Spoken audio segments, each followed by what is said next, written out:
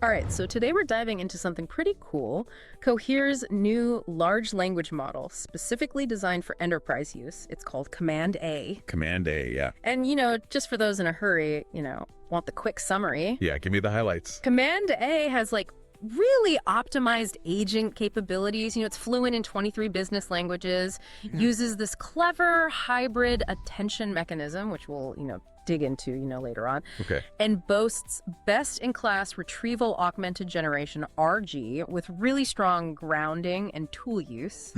It's trained through this really innovative, decentralized self-refinement and model merging approach. Feels very efficient. It is, right. And it runs amazingly well on just two A100s or H100s. Wow. So it's not just powerful, but also practical. Exactly. That's a big deal for businesses. And the coolest thing, the research weights for both the 111 billion parameter Command A and its, smaller sibling Command R7B are available now. Oh, nice. So researchers can actually get their hands on these models and see how they tick. That's huge for the field. Right. It's really exciting for the AI community. Absolutely. For all of you AI researchers and ML engineers out there trying to keep up with all the latest breakthroughs, it's like drinking from a fire hose. Yeah. This deep dive is kind of like your cheat sheet to navigate Cohere's new technical report. Yeah. We'll hit the core innovations of Command A without getting lost in the weeds. Exactly. So consider this deep dive, our breakdown of Command A. An LLM built specifically for the nitty-gritty demands of enterprise applications. Enterprise grade, purpose-built. I like it. We've got the technical report. We're going to unpack all the key architectural choices, dive into the innovative training strategies. All right. And of course, we'll see how it performs, stacks up against the competition. Benchmarks, the fun part. And we'll take a look at Command R7B too. Okay, sounds like a plan. Let's get into it. All right. So first things first, what sparked this whole development? What was the driving force behind Command A? Well, it's clear that LLMs are evolving. They're moving beyond these general capabilities and becoming essential tools for businesses to actually make sense of their data and optimize their workflows. Right, like real-world applications. Command A isn't just another large language model. Yeah. It's specifically designed for this enterprise environment.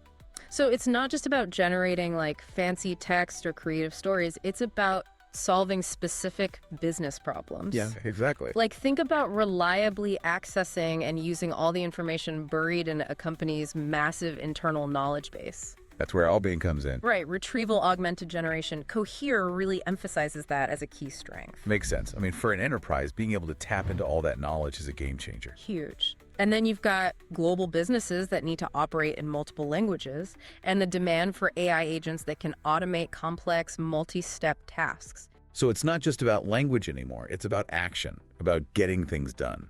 And here's the interesting part. There's this focus on practicality and efficiency.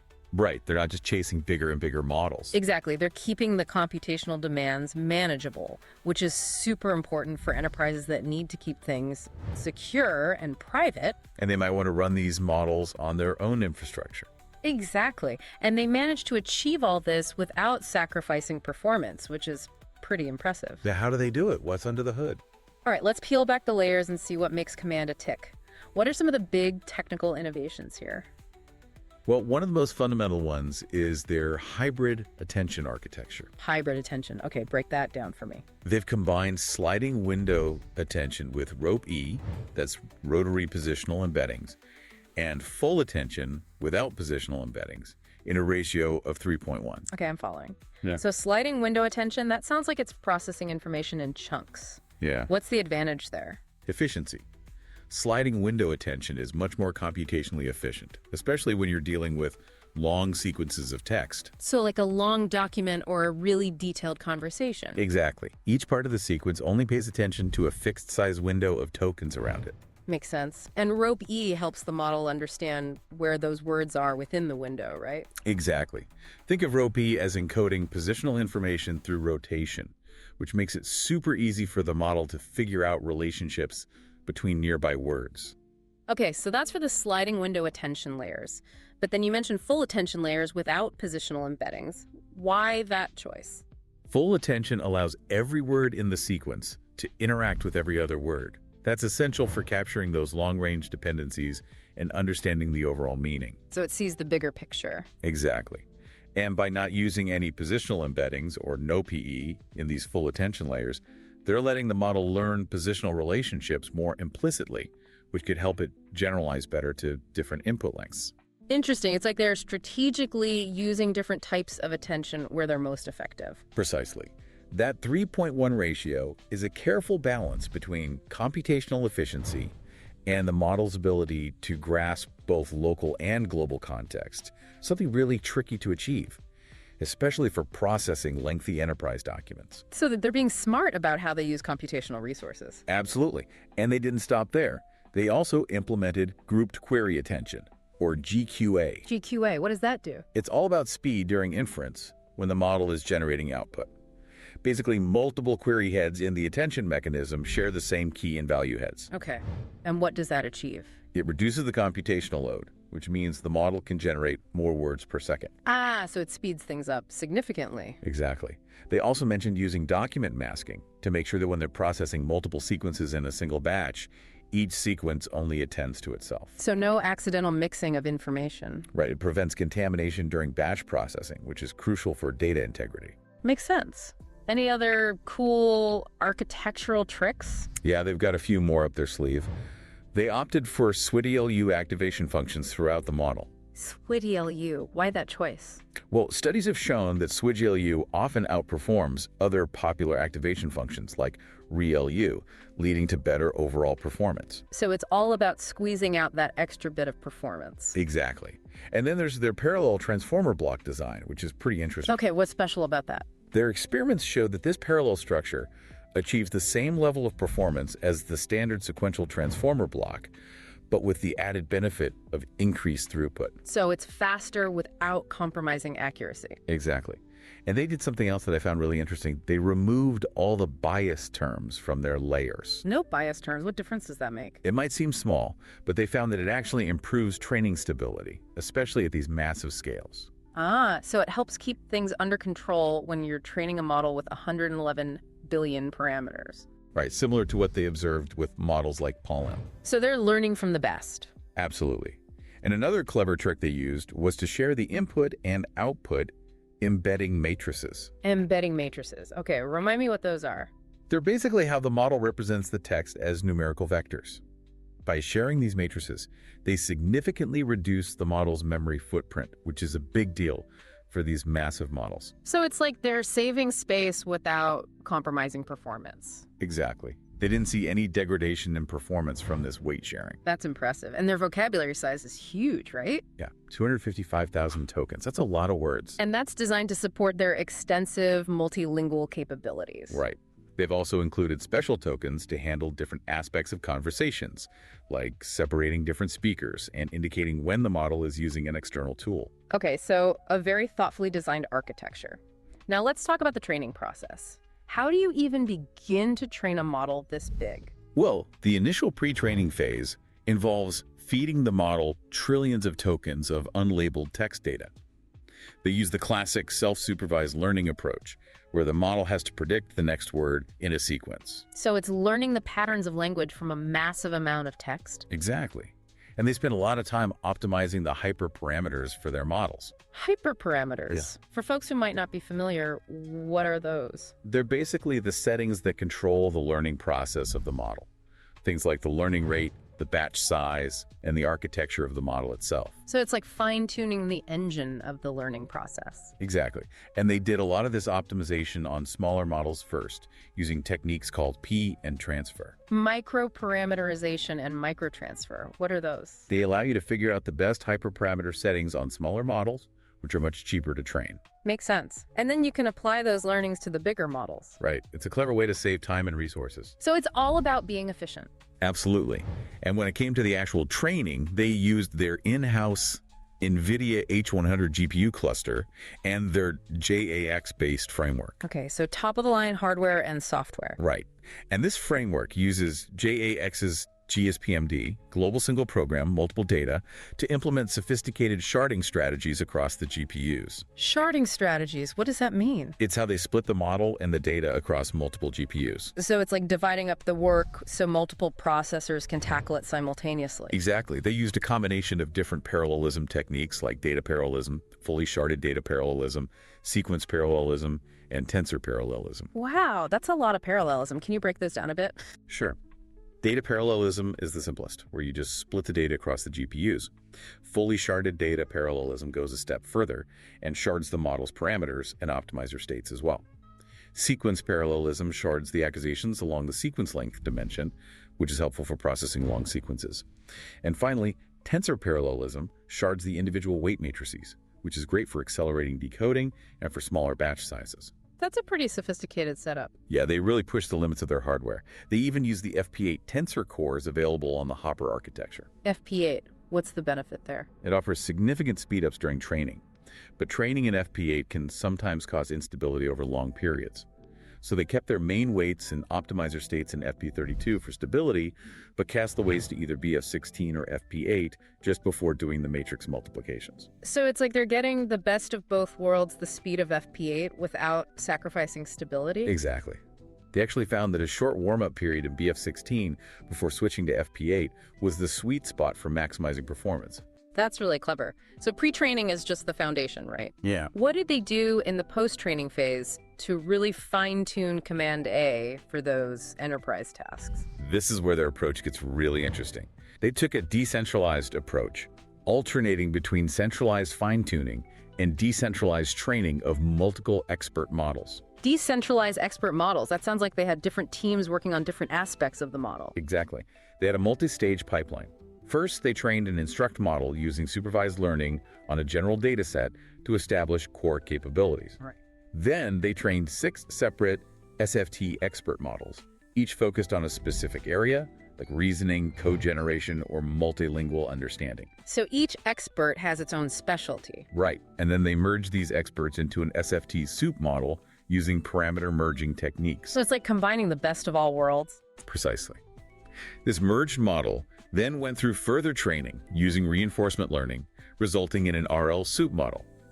Finally, they had a polishing phase, which involved best event supervised training, offline preference tuning, and online reinforcement learning, all aimed at refining the model's writing style and aligning it with human preferences. So it's not just about getting the right answers, it's about communicating them in a way that humans find natural and helpful. Exactly. And a key part of this post-training process is their focus on preference training and self-refinement, which they call SRPO. SRPO. Okay, what does that stand for? Self-improving robust preference optimization.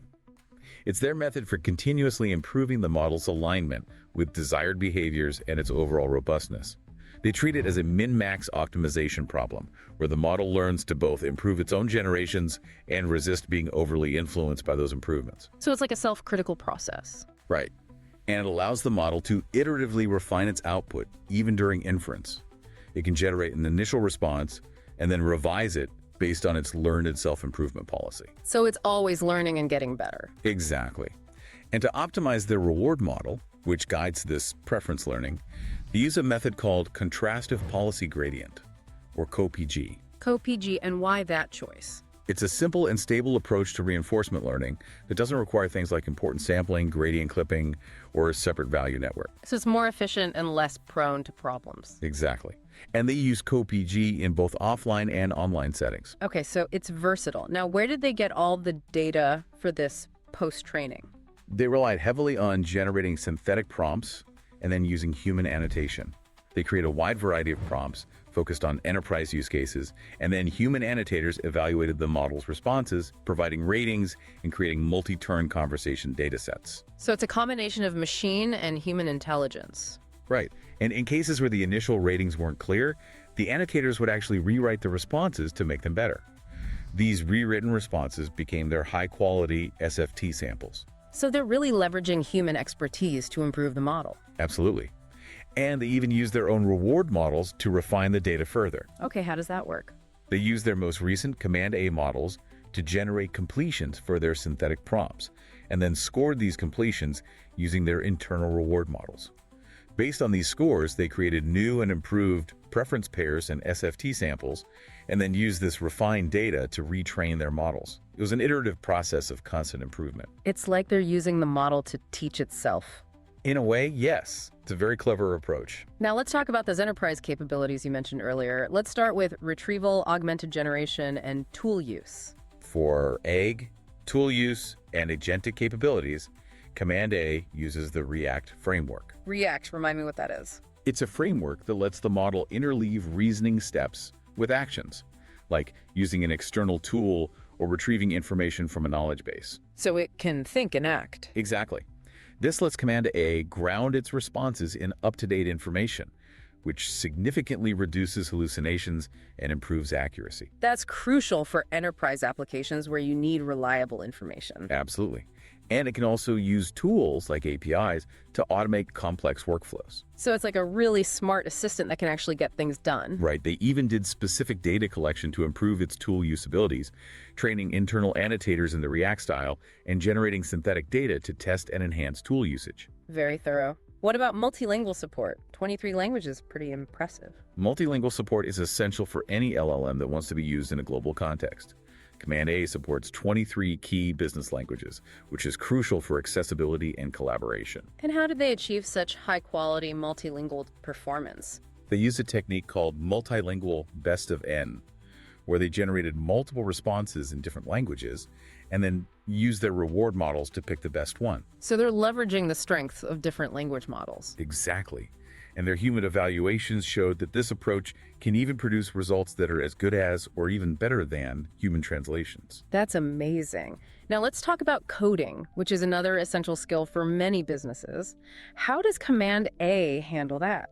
Their training data for code was carefully curated to include 8 priority programming languages and 5 SQL dialects, and they focused on tasks like code generation, translation, and optimization. So it's not just about one specific coding task, it's about being a versatile coding assistant. Right.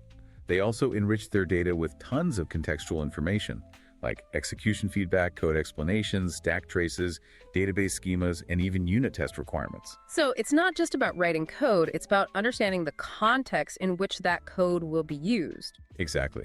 And they prioritize data where the code could be automatically validated by running it in their secure sandbox environment. So they're making sure the code actually works. Precisely. In the reinforcement learning stage for code, they optimize for both correctness and alignment with human preferences for code style and readability. So it's about writing good code, not just code that runs. Right. They also experimented with synthetic data for code, including generating new code examples and translating code between languages. So they're constantly expanding the model's coding knowledge. Exactly. And they used a multi-stage fine-tuning approach to really hone its coding expertise. Okay, so it sounds like they really invested in making Command a top-notch coding assistant. What about mathematical reasoning? That's often a challenge for LLMs. For math, they used supervised fine-tuning on filtered synthetic data sets. And they found that they didn't need to be super strict about the correctness of the solutions in the SFT data. Interesting. So a little bit of imperfection is okay at that stage. Right. But for preference tuning, they were much stricter about using only correct solutions. Makes sense. You don't want the model to learn to prefer wrong answers. Exactly. They also found that merging reasoning-tuned experts with instruction-tuned experts before doing a broader merge was beneficial. So it's about finding the right balance between specialized and general knowledge. Right. And they also developed a strategy for handling long input contexts. Long context. How long are we talking? Up to 8,192 tokens. They created this data by sampling long sequences from their pre-training data and then using another model, Command R plus refresh, to generate question-answer pairs based on these sequences. So they're using one LLM to create training data for another LLM. Exactly. And then they use their reward model to select the best generations. Smart. Now let's talk about safety, which is a huge concern with any AI system. How did they approach that? They use a combination of human and automated assessments, focusing on both absolute and relative safety. They also track the over-refusal rate, which is how often the model incorrectly refuses to answer a harmless question. So they're trying to strike a balance between being cautious and being helpful. Right. And for enterprise safety specifically, they focused on controllability and demographic fairness. Controllability meaning? the model's ability to be fine-tuned or conditioned on specific safety instructions. So you can customize its behavior to meet your specific needs. Exactly. And demographic fairness means making sure the model doesn't exhibit bias against certain groups of people. Which is crucial for any AI system that will be used in a real-world setting. Absolutely. They found that racial bias was generally more pronounced than gender bias, and that smaller models were often more biased. But Command A was very robust to demographic variations in their tests. That's encouraging to hear. Now, you mentioned model merging a lot. Can you explain that in more detail? Model merging is the process of combining the parameters of multiple models into a single model. It has several advantages, like broader capabilities, faster inference, and lower memory usage. So it's like creating a supermodel from a team of specialists. Exactly. And they use different types of merging, including expert merging, which was central to Command A's development. And expert merging is all about combining models with different strengths. Right. This allowed them to have different teams work on different capabilities in parallel. They used a ton of evaluation metrics to guide this merging process. And how did they make sure that the merged model wasn't just mediocre across the board? They found the consistency between the experts was more important than absolute peak performance on individual tasks. So they initialized all their expert models from the same base model and included a bit of cross-domain data in each expert's training. So it's like giving them a shared foundation and some common ground. Right. And after merging, they had a polishing phase to smooth out any rough edges. What did that involve? Another round of SFT with their best data, offline preference tuning and online RLHF using their CoPG method. They went back and forth between offline and online optimization until they saw a plateau in human preference scores. So it's like the final touches to make the model really shine. Exactly.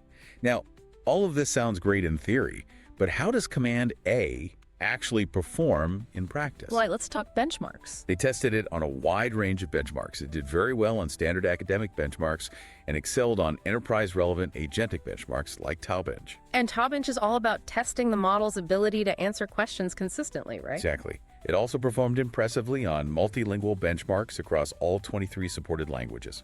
That's really important for global businesses. What about coding benchmarks? It was competitive on code editing benchmarks and did very well on Python and multi-language code understanding benchmarks. They were particularly proud of its performance on COBOL. COBOL, wow, that's a blast from the past. It's still used in a lot of legacy systems, so it's important for enterprise applications. Makes sense. And how did the merging and polishing affect the benchmark results? The merging preserved the performance of the individual experts with only a small drop on average. And a few steps of SFT after merging often brought the performance back up to or even above the original levels. So the merging process works. It does. And the polishing phase led to significant gains in human preference scores against strong baselines like GPT-4o. So humans actually liked the responses from the polished model better. Right. And their human evaluations showed that Command A is highly competitive with top models in terms of knowledge and reasoning, and people really liked its formatting and style.